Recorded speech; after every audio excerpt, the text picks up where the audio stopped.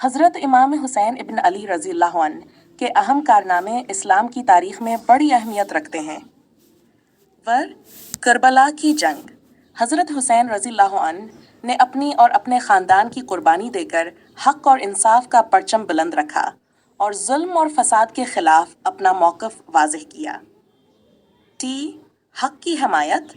उन्होंने यजीद के गलत तरीक़ों के खिलाफ खामोशी से समझौता करने के बजाय हक़ की आवाज़ उठाई और कफ़र से लड़ने का अज़्म किया। इस्लाम की हिफाजत। हज़रत हुसैन रज़ी अल्लाह अन्हु ने अपने ख़ानदान के साथ इस्लाम के असूलों और तालीमात की हिफाजत के लिए अपनी जान कुर्बान कर दी और इंसानियत को सब्र और ईमान का पैगाम दिया। इस्लामी अखलाक।